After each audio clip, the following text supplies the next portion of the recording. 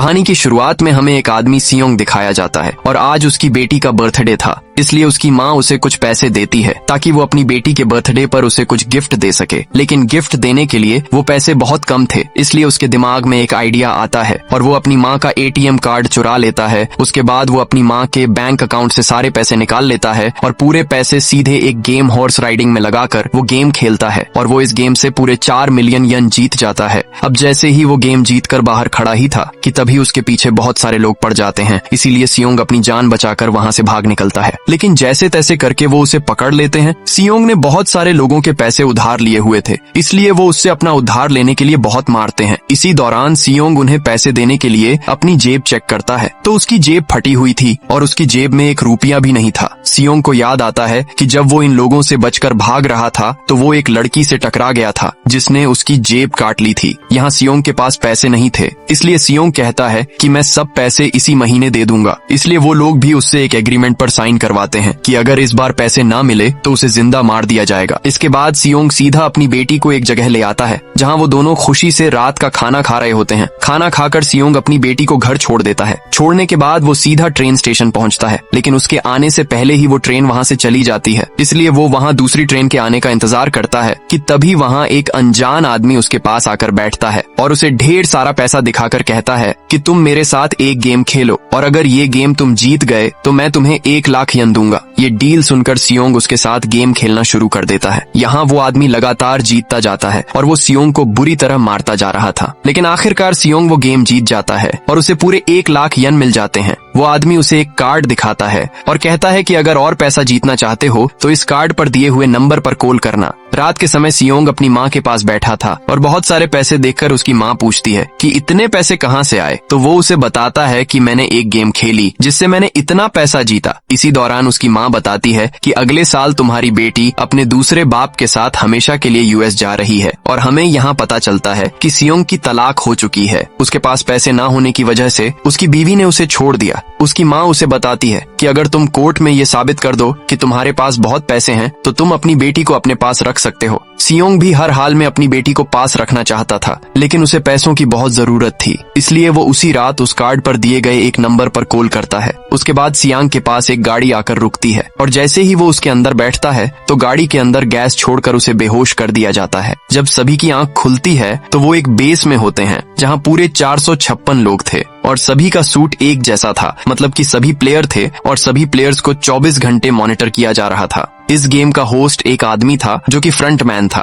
उसके बाद सियोंग एक बूढ़े आदमी से मिलता है जो कि प्लेयर नंबर 1 था। उसे ब्रेन ट्यूमर की बीमारी थी। वो उसे बताता है कि मेरे पास कुछ ही दिन है, इसलिए मैं अपनी जिंदगी का आखिरी समय यहाँ इस गेम को खेलकर गुजारना चाहता हूँ। इसी दौरान 2 प्लेयर आपस में लड़ रहे होते हैं, जिनमें एक लड़की साई बियोक थी और लड़का सियोंग था। यहाँ सियोंग उसे बुरी तरह मार रहा था कि तभी सियोंग उसे पहचान लेता है जिसने उसकी जेब काटी थी। सियोंग उसे जोर जोर से चिल्लाते हुए अपने पैसे वापस मांगता है, लेकिन इससे पहले कि वो उस लड़की से पैसे लेता वहाँ बहुत सारे गार्ड्स आ जाते हैं और सभी गार्ड्स के चेहरे अलग अलग शेप से ढके हुए थे। उनमें लीडर सभी प्लेयर्स को बताता है कि आपका इस गेम में वेलकम है और आपको यहाँ पर पूरी 6 गेम्स खेलनी होंगी और जो भी पूरी 6 गेम्स को जीतेगा उसे ढेर सारा पैसा दिया जाएगा। इसके बाद सभी प्लेयर्स से कॉन्ट्रैक्ट साइन करवाया जाता है जिसमें गेम के 3 रूल्स थे। पहला, कोई भी प्लेयर गेम के दौरान गेम को छोड़कर नहीं जा सकता। दूसरा, जो पार्टिसिपेंट गेम खेलने से इनकार करेगा उसे एलिमिनेट कर दिया जाएगा। तीसरा, अगर मेजॉरिटी पार्टिसिपेंट्स खेलने से इनकार कर दें तो गेम रोका जा सकता है। इसके बाद सभी प्लेयर को अपनी पहली गेम खेलने के लिए गेम हॉल में ले जाया जाता है। गेम हॉल में पहुंचते ही सियोंग अपने क्लासमेट से मिलता है जिसका नाम संगवू था। सियोंग उसे यहाँ देखकर अपने होश ही खो बैठता है। सियोंग उससे पूछता है कि तुम तो बिजनेस के लिए बाहर गए थे तो यहाँ क्यों आना पड़ा, लेकिन संगवू उसे कुछ भी नहीं बताता और चला जाता है। यहाँ पहली गेम में एक बहुत बड़ी डोल दिखाई जाती है।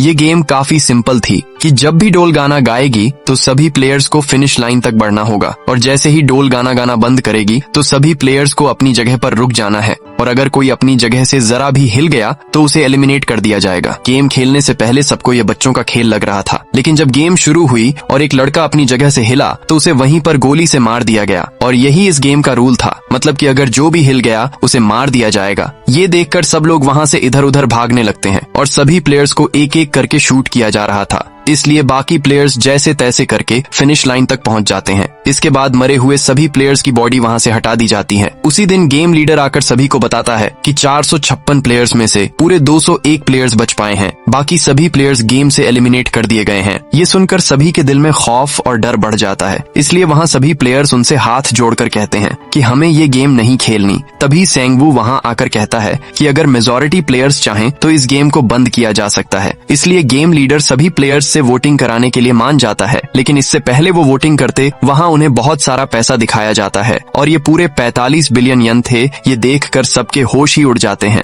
लेकिन अब ये सारा पैसा जो प्लेयर एलिमिनेट हुए हैं उनकी फैमिली को दिया जाएगा। इसके बाद गेम लीडर सभी प्लेयर्स से वोटिंग कराता है और सभी प्लेयर्स एक एक करके अपना वोट दे देते हैं और ज्यादा प्लेयर्स ने गेम न खेलने का फैसला किया, इसीलिए वो गेम वहीं पर रोक दिया गया। और गेम लीडर उनसे कहता है कि अगर ये गेम आप दोबारा खेलना चाहते हैं तो आप इसे दोबारा ज्वाइन कर सकते हैं। इसके बाद सभी प्लेयर्स को वापस उनके घर छोड़ दिया जाता है। अगले दिन सियोंग सीधा पुलिस स्टेशन जाता है और वो पुलिस को उस गेम के बारे में सब कुछ बताता है कि उस जगह पर सभी लोगों की जान से खेला जा रहा है। लेकिन पुलिस को उसकी एक भी बात पर यकीन नहीं आता और वो उसे आगे से पागल बोलते हैं कि भला कौन ऐसा गेम खेलेगा जिसमें सबको मार दिया जाता हो। इसीलिए सियोंग पुलिस को वो कार्ड दिखाता है जिस पर वो नंबर लिखा हुआ था। जैसे ही पुलिस वाला उस नंबर पर कॉल करता है तो वो नंबर रॉन्ग होता है। इसके बाद सियांग सीधा अपने घर आता है, लेकिन घर में उसकी माँ नहीं होती। अपनी माँ को ढूंढते ढूंढते वो सांगवू के पास आ जाता है और वो उससे पूछता है कि तुम तो बिजनेस के लिए बाहर गए थे, तो फिर वो गेम खेलने की क्या जरूरत थी। वो आगे से बताता है कि मैंने पूरे 600 बिलियन यन लोन लिया हुआ है और अब मेरे पास 1 रुपया भी नहीं है जो मैं वापस कर सकूं। इसी दौरान सियोंग को एक कॉल आती है कि उसकी माँ की तबीयत बहुत खराब है और वो हॉस्पिटल में एडमिट है। सियोंग सीधा अपनी माँ के पास आता है।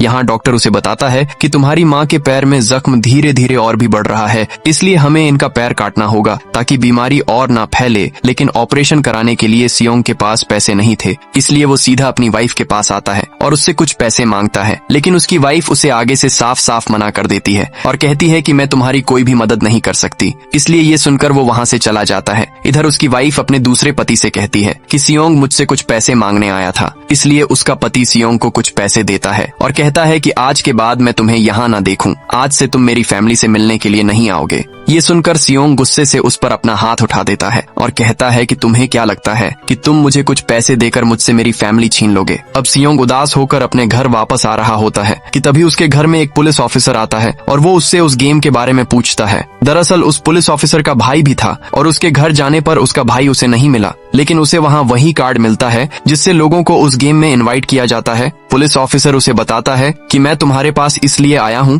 क्योंकि उस दिन तुम पुलिस स्टेशन पर आए थे और इसी गेम के बारे में तुमने रिपोर्ट करवाई थी और अब मुझे शक हो गया है कि मेरा भाई भी इसी गेम में गया हुआ है, इसलिए तुम मुझे वो जगह बताओ जहाँ ये गेम खेला जाता है। लेकिन सियोंग उसे साफ साफ मना कर देता है और कहता है कि मुझे इस गेम के बारे में कुछ भी नहीं पता। सियोंग जैसे ही अपने घर के दरवाजे पर पहुंचता है तो उसे वही कार्ड मिलता है, इसलिए अब उसके इस गेम को खेलने के अलावा कोई चारा नहीं था जिससे वो कुछ पैसों से अपनी माँ का इलाज करा सके। इसलिए वो गेम को दोबारा ज्वाइन करने का फैसला करता है और सभी प्लेयर्स को एक एक करके वहाँ से ले जाया जाता है। लेकिन इस बार वो पुलिस ऑफिसर भी सभी गाड़ियों का पीछा करते हुए उनके पीछे पीछे आ रहा था और सभी गाड़ियां उस शिप पर जा रही थीं। यहाँ वो पुलिस ऑफिसर भी एक गाड़ी के नीचे छुप जाता है। अब सभी गार्ड सीधा उस शिप तक पहुँच जाते हैं और यहाँ वो पुलिस ऑफिसर मौके का फायदा उठाकर उस गार्ड को गाड़ी में ही बेहोश कर देता है और उस गार्ड का सूट पहनकर उसे सीधा समंदर के अंदर फेंक देता है। जिसके बाद सभी गाड़ियां उस आइलैंड पर पहुंच जाती हैं और सारे प्लेयर्स को सीधा गेम होल में लाया जाता है। यहाँ सभी प्लेयर्स को उनका गेम सूट पहना दिया जाता है। गेम होल में आते ही वो बूढ़ा आदमी और सियोंग देखते हैं। इस बार पूरे 187 प्लेयर्स थे और इस बार पूरे 26 बिलियन यन जीतने वाले प्लेयर्स को मिलने वाले थे।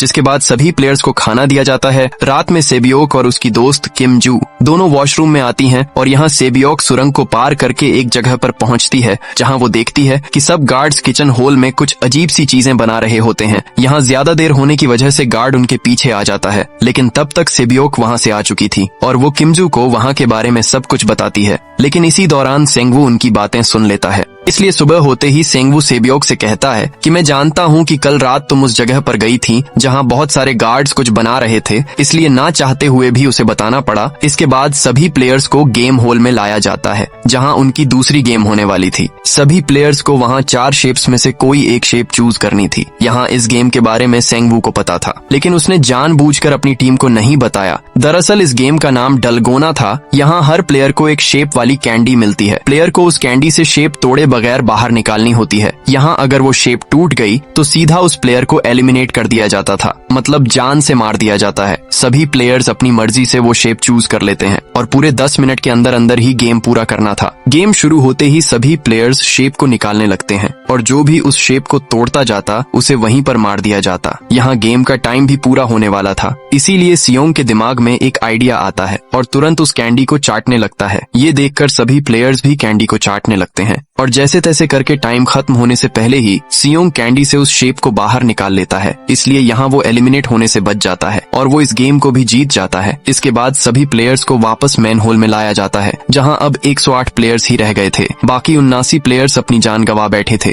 और जो प्लेयर्स मारे गए उनका इनाम भी टोटल करके पूरे 34 बिलियन यन बन गए थे। ये देखकर सभी प्लेयर्स के होश ही उड़ जाते हैं। अगली सुबह सभी प्लेयर्स को नाश्ता दिया जाता है, लेकिन यहाँ नाश्ता लेते समय सेंग और उसकी टीम ने 2 बार नाश्ता ले लिया, जिससे बाकी 4 प्लेयर्स को खाना नहीं मिला। इसलिए वहाँ वो प्लेयर सीधा सेंग पर हमला कर देता है, लेकिन सेंग भी आगे से उसे बुरी तरह पीट डालता है, जिससे वो प्लेयर वहीं पर मारा जाता है। इसलिए उस प्लेयर को भी एलिमिनेट कर दिया गया और अब पूरे 107 प्लेयर्स बाकी बच गए। इधर हमें एक प्लेयर दिखाया जाता है जो डॉक्टर था और वो सब मरने वाले प्लेयर्स की बॉडी पार्ट्स को निकालकर अलग अलग कंट्री में बेचता था और इस काम के फ्रंटमैन को जरा भी पता नहीं था। दरअसल कंट्रोल रूम में इनका एक आदमी था जो इन सब से मिला हुआ था और जो भी प्लेयर मारा जाता वो उसे सीधा एक सीक्रेट जगह ले आते जहां वो डॉक्टर उनके बॉडी के पार्ट्स को निकाल देता था। इसलिए फ्रंटमैन को इसके बारे में भनक भी नहीं थी, क्योंकि सभी प्लेयर्स की रिकॉर्ड हुई सब वीडियो को डिलीट कर दिया जाता, जिससे किसी को भी शक नहीं होता था। यहाँ हमें पता चलता है कि वो गार्ड्स डॉक्टर को पहले से ही गेम के बारे में बता देते थे ताकि वो डॉक्टर बचा रहे और वो सब प्लेयर्स की बॉडी के पार्ट्स को बेचते रहे। उसी दिन वो गार्ड डॉक्टर को बताता है कि आज रात तुम अपनी जान की हिफाजत खुद करोगे, क्योंकि आज रात सब एक दूसरे पर हमला करने वाले हैं। इसीलिए अगर तुम्हें जिंदा रहना है तो ताकतवर टीम को ज्वाइन करो। इसलिए डॉक्टर सीधा सेंग की टीम के पास आता है और डॉक्टर उसे छुपकर बताता है कि मैं अगली गेम के बारे में जानता हूँ। ये सुनकर सेंग बिना सोचे उस डॉक्टर को अपनी टीम में रख लेता है। इसी दौरान टाइम खत्म हो जाता है और सब लाइट्स बंद हो जाती हैं और तभी पूरे होल में सब प्लेयर्स एक दूसरे पर हमला कर देते हैं। इधर सियोंग पर भी एक प्लेयर हमला कर देता है, लेकिन तभी वहाँ पर सेंगवू आकर उसकी जान बचा लेता है, लेकिन इससे पहले सब एक दूसरे की जान लेते। इसी दौरान वहाँ गार्ड्स आ जाते हैं और यहाँ अब 107 प्लेयर्स में से सिर्फ और सिर्फ 80 प्लेयर्स ही बच पाए। अगली सुबह सभी प्लेयर्स को तीसरे गेम के लिए बाहर लाया जाता है, जहां उन्हें 10 प्लेयर्स की 2 टीमें बनानी थी। यहाँ सेंगवू सबसे कहता है कि हमें अपनी टीम में ज्यादा से ज्यादा मर्द चाहिए ताकि हम इस गेम को जीत सकें। सभी प्लेयर्स एक एक करके अपनी टीम कंप्लीट कर लेते हैं। इसके बाद सब प्लेयर्स को गेम हॉल में लाया जाता है, जहाँ उन्हें टग ऑफ वॉर की गेम खेलनी थी, मतलब रस्साकसी, और जो भी टीम अपनी अपोनेंट टीम को नीचे गिरा देगी वही टीम गेम जीतेगी। पहले राउंड में सेंग की टीम के सामने किम की टीम आती है। इसी दौरान फायर के होते ही गेम स्टार्ट हो जाती है। यहाँ दोनों टीमें एक दूसरे को नीचे गिराने की पूरी कोशिश कर रही थीं, लेकिन तभी सेंग की टीम अपनी पूरी जान लगाकर किम की टीम को नीचे गिरा देती है और यहाँ किम की टीम एलिमिनेट हो जाती है। इसके बाद बारी आती है सियोंग की टीम की और उसके सामने वाली टीम गोंग की थी। दोनों टीमों को टग ऑफ वॉर के लिए लाया जाता है। यहाँ वो बूढ़ा आदमी यानी प्लेयर नंबर 1 कहता है कि परेशान होने की कोई जरूरत नहीं, क्योंकि मैंने अपनी जवानी में ये गेम बहुत खेली है, इसलिए हम ये गेम आसानी से जीत सकते हैं अगर हम अपना दिमाग यूज करें। अब दोनों टीमें आमने सामने तैयार खड़ी थी। इसके बाद फायर होते ही गेम स्टार्ट हो जाती है। वो बूढ़ा आदमी बताता है कि सब एक साथ 3 कदम आगे बढ़ो। जैसे ही वो सब आगे बढ़े तभी उनकी अपोनेंट टीम नीचे गिर जाती है। इसी का फायदा उठाकर सियोंग की टीम अपनी पूरी जान लगाकर उन्हें नीचे गिरा देती है और आखिरकार ये गेम भी वो जीत जाते हैं। इसके बाद सभी एलिमिनेट हुए प्लेयर्स को उसी जगह लाया जाता है जहाँ वो डॉक्टर सभी प्लेयर्स के बॉडी पार्ट्स निकाल रहा होता है। तभी बात करते करते वो एक आदमी की बात करते हैं जिसकी बॉडी में सिर्फ एक ही किडनी थी और उन्होंने उस आदमी को जान से मार डाला क्योंकि उसके बॉडी पार्ट्स निकालते समय वो ज़ॉम्बी की तरह जिंदा हो गया था। ये सुनकर गार्ड नंबर 29, जो वही पुलिस ऑफिसर था, उसे शक होता है कि ये उसके भाई की बात कर रहे हैं। इसलिए वो उनसे पूछता है कि वो कौन था जिसकी एक किडनी थी, लेकिन आगे से उन्होंने उसे कुछ भी नहीं बताया। इसके बाद वो दोनों गार्ड बॉडी पार्ट्स डिलीवर करने के लिए निकल पड़ते हैं। जाते जाते वो पुलिस ऑफिसर यानी गार्ड नंबर 29 उसे एक दीवार पर लगी एक डिवाइस दिखाई देती है। वो गार्ड से पूछता है कि ये क्या चीज है, तो गार्ड उसे बताता है कि ये बॉम्ब है। अगर तुमने इसे जरा भी टच किया तो ये ब्लास्ट हो जाएगा और ये जगह पूरी तरह तबाह हो जाती है। दरअसल ये जगह वीआईपी लोगों के आने जाने के लिए है। इधर वो डॉक्टर उस गार्ड से पूछता है कि मुझे अगला गेम बताओ, लेकिन अभी तक नया गेम किसी को नहीं बताया गया था, इसलिए वो गार्ड कहता है कि मुझे अभी इसके बारे में नहीं पता। ये देखकर वो डॉक्टर उस पर हमला कर देता है और जैसे तैसे करके वहाँ से अपनी जान बचाकर भाग निकलता है। डॉक्टर भागता भागता सीधा गेम हॉल में पहुँच जाता है। वो गार्ड आकर उसे बताता है कि मैं अब भी तुम्हें गेम के बारे में बताऊंगा, लेकिन इससे पहले कि हम पकड़े जाएं, हमें यहाँ से जाना होगा। इसी दौरान वो गार्ड उसे चाकू से मारने ही वाला था, तभी वहाँ फ्रंटमैन आकर उसे गोली मार देता है। यहाँ वो फ्रंटमैन उसे बताता है कि तुम जो भी कर रहे थे मुझे इससे कोई फर्क नहीं पड़ता। मुझे अफसोस इस बात का है कि तुमने यहाँ मजबूर और बेगुनाह लोगों से फायदा उठाया, इसलिए फ्रंटमैन उसे वहीं पर ढेर कर देता है। इधर वो गार्ड नंबर 28 उस पुलिस ऑफिसर को घेर लेता है और कहता है कि तुम कौन हो, मुझे अपना चेहरा दिखाओ। इसलिए न चाहते हुए भी वो पुलिस ऑफिसर अपना मास्क उतार देता है। इसी दौरान वो उसे गन पॉइंट पर ले लेता है और कहता है कि अपना चेहरा दिखाओ। आगे से वो ऑफिसर पूछता है कि वो कौन था जिसकी तुम लोगों ने किडनी निकाली थी। वो उसे बताता है कि वो एक औरत थी। अगर तुम्हें यकीन नहीं आ रहा तो तुम फ्रंटमैन के कमरे में जाकर सभी की इन्फॉर्मेशन ले सकते हो, वहाँ तुम्हें हर प्लेयर के डॉक्यूमेंट्स मिल जाएंगे। ये सब पूछकर वो पुलिस ऑफिसर उसे वहीं पर गोली मार डालता है। इसके बाद वो पुलिस ऑफिसर सीधा फ्रंटमैन के कमरे तक पहुँच जाता है। पहुँचते ही वो वहाँ सभी प्लेयर्स की बहुत सारी फाइल्स को देखता है और इसी दौरान उसे उसके भाई की फाइल भी मिल जाती है, जहाँ उसके भाई का नंबर 132 था। मतलब वो भी एक प्लेयर था और उसने भी ये गेम खेली थी। इससे पहले वो और रिकॉर्ड चेक करता, तभी वहाँ फ्रंटमैन आ जाता है। ये देखकर वो तुरंत छुप जाता है। यहाँ फ्रंटमैन किसी के आने की बात कर रहा था जो कि यहाँ फाइनल गेम देखने आने वाले थे। ये वही वीआईपी लोग थे जिसकी बात गार्ड नंबर 28 कर रहा था। इसके बाद सभी प्लेयर्स को चौथे गेम के लिए बुलाया जाता है। यहाँ इस गेम में सभी प्लेयर्स को अपने लिए पार्टनर सेलेक्ट करना था, मतलब 2 लोगों की टीम बनानी थी। सभी प्लेयर्स जैसे तैसे करके अपनी टीम बना लेते हैं, लेकिन आखिर में वही बूढ़ा आदमी ही बचा था जिसे अभी तक पार्टनर नहीं मिला। लेकिन तभी वहाँ सियोंग आकर उसे अपना पार्टनर बना लेता है। इसके बाद सभी प्लेयर्स को एक थैली दी जाती है जिसमें पूरे 10 मार्बल्स यानी कंचे होते हैं। गेम के स्टार्ट होते ही सेंग और उसका पार्टनर दोनों एक दूसरे से मार्बल्स जीतने लगते हैं। दरअसल गेम का रूल ये था कि हर प्लेयर को अपने पार्टनर से उसके सारे कंचे जीतने थे। इधर सियोंग का पार्टनर वो बूढ़ा आदमी अपनी दिमागी हालत खो बैठता है, इसलिए टाइम खत्म होने से पहले सियांग उसे गेम खेलने के लिए मना रहा था। अब जैसे तैसे करके सियोंग अपने पार्टनर से खेलने लगता है, लेकिन यहाँ वो बूढ़ा आदमी सियोंग से उसके सारे कंचे जीत रहा था। ये देखकर उसके अंदर डर बढ़ने लगता है क्योंकि अब मौत उसका इंतजार कर रही थी। इधर सेंग धोखे से अपने पार्टनर को हरा देता है, इसलिए उसका पार्टनर भी एलिमिनेट हो जाता है। यहाँ सियोंग भी जैसे तैसे करके बूढ़े आदमी से सब कंचे जीत जाता है, लेकिन तभी वो बूढ़ा आदमी उसे एक कंचा दिखाता है और कहता है कि अभी भी मेरे पास एक कंचा है। लेकिन अब वो आदमी पागलों की तरह हरकतें करने लगता है। सियोंग जैसे तैसे करके उसे कहता है कि मेरे साथ सिर्फ एक गेम खेल लो, लेकिन तभी वो बूढ़ा आदमी उसे बताता है कि तुमने मुझे बेवकूफ बनाकर मेरे सारे कंचे ले लिए थे, इसलिए मैंने अपने पास एक कंचा छुपा लिया था। मुझे पता था तुम मेरे साथ धोखा करोगे, इसलिए ये सब मैं पागल होने का नाटक कर रहा था। इसी दौरान बूढ़ा आदमी उसके हाथ में अपना कंचा दे देता है और कहता है कि मेरा और तुम्हारा साथ यहीं तक था। इसलिए सियोंग दुखी होकर उसे अपने गले लगाकर अलविदा कर देता है और यहाँ वो बूढ़ा आदमी भी एलिमिनेट हो जाता है। इसके बाद सभी प्लेयर्स की डेड बॉडीज वहाँ से ले जाई जाती हैं। इधर हमें फ्रंटमैन दिखाया जाता है जिसे शक हो चुका था कि उसके रूम में कोई मौजूद है,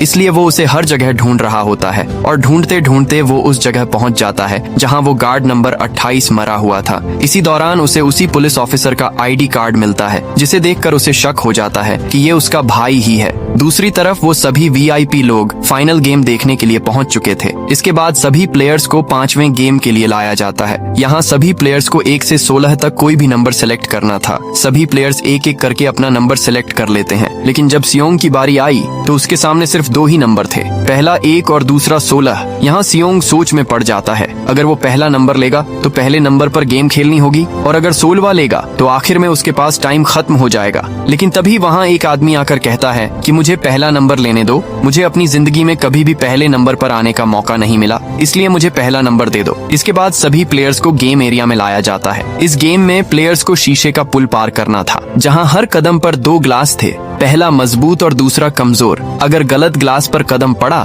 तो सीधे नीचे और फिर जिंदगी का खेल खत्म। गेम टाइम स्टार्ट होते ही पहला प्लेयर आगे बढ़ता है और बढ़ते ही वो सीधा नीचे जा गिरता है, और यहाँ एक एक करके सभी प्लेयर्स एलिमिनेट होते जा रहे थे। तभी सेंग आगे जाने ही वाला था। इसी दौरान वही लड़की किमजू उसे कहती है कि आज वो दिन आ गया जिस दिन हमने साथ मरने का फैसला किया था। तभी वो लड़की उसे पकड़कर सीधा नीचे कूद जाती है, जिससे दोनों वहीं पर मारे जाते हैं। इधर वो पुलिस ऑफिसर भी गेम हॉल में घुस चुका था, लेकिन तभी वहाँ एक वीआईपी मेंबर को उस पर शक हो जाता है। वो उसे मास्क उतारने के लिए कहता है, लेकिन वो पुलिस वाला उसे बताता है कि मैं अपना मास्क यहाँ नहीं उतार सकता। इसलिए वो दोनों एक रूम में चले जाते हैं। यहाँ आते ही वो पुलिस ऑफिसर उसे गन पॉइंट पर ले लेता है और उससे गेम के बारे में पूछकर उसे वहीं पर बेहोश कर देता है। लेकिन उस वीआईपी के बेहोश होते ही फ्रंटमैन को पता चल जाता है। इधर गेम खत्म होने में सिर्फ 1 ही मिनट बचा था, इसीलिए वहाँ एक प्लेयर उस ग्लास पर एक कंचा फेंकता है, लेकिन फिर भी उन्हें पता नहीं चल पाया। इसीलिए टाइम ना होने की वजह से सेंग वू उस आदमी को धक्का देकर उसे नीचे गिरा देता है, और यहाँ वो तीनों तुरंत उस पुल को पार करके फिनिश लाइन तक पहुँच जाते हैं। इधर फ्रंटमैन भी पुलिस ऑफिसर का पीछा कर रहा था।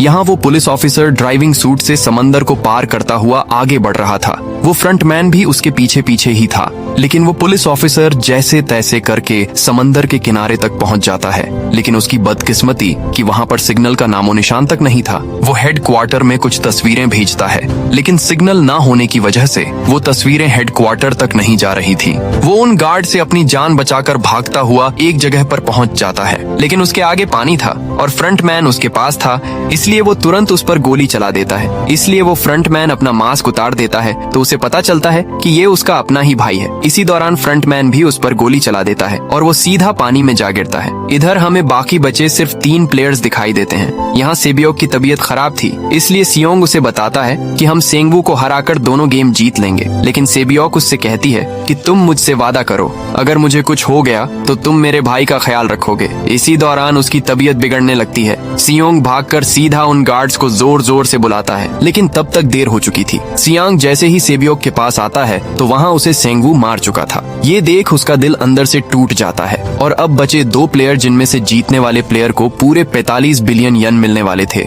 उसी दिन उनके बीच आखिरी गेम के लिए टॉस होता है। ये लास्ट गेम स्क्विड गेम होती है। इसमें 2 प्लेयर्स स्क्विड शेप वाली लाइन पर लड़ते हैं। जो जीत जाता है वही फाइनल विनर होता है। अब दोनों प्लेयर्स को गेम एरिया में लाया जाता है।